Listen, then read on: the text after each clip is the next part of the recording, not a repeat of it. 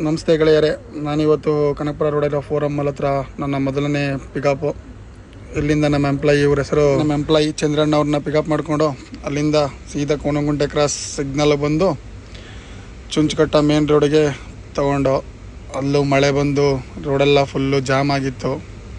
ಇನ್ನೇನು ಮಾಡೋದು ಅಂದ್ಬಿಟ್ಟು ಅದೇ ರೋಡಲ್ಲಿ ಹೊರಟೆ. ಹೋಗ್ಬೇಕಾದ್ರೆ ಸ್ವಲ್ಪ ಟ್ರಾಫಿಕ್ ಆಯಿತು. ಆದರೂ ಪರವಾಗಿಲ್ಲ ಅಂತ ಹೋಗಿ ನಮ್ಮ ಎಂಪ್ಲಾಯಿಗೆ ಫೋನ್ ಮಾಡೋ ಅಷ್ಟರಲ್ಲಿ ಅವರು ಬರ್ತಾಯಿದ್ರು.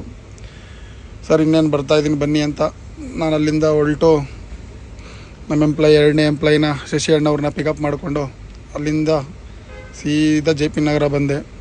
ಜೆ ಪಿ ನಗರದಿಂದ ಹೊರಟಿ ಜಯನಗರ ಕಡೆ ಟರ್ನ್ ಆಗಿ ಬರ್ತಾ ನಮ್ಮ ಕಣ್ಣಿಗೆ ಅಪರೂಪವಾಗಿ ಶಿವರಾಜ್ ಕುಮಾರ್ ಅವ್ರದ್ದೊಂದು ಫೋಟೋ ಕಾಣಿಸ್ತು.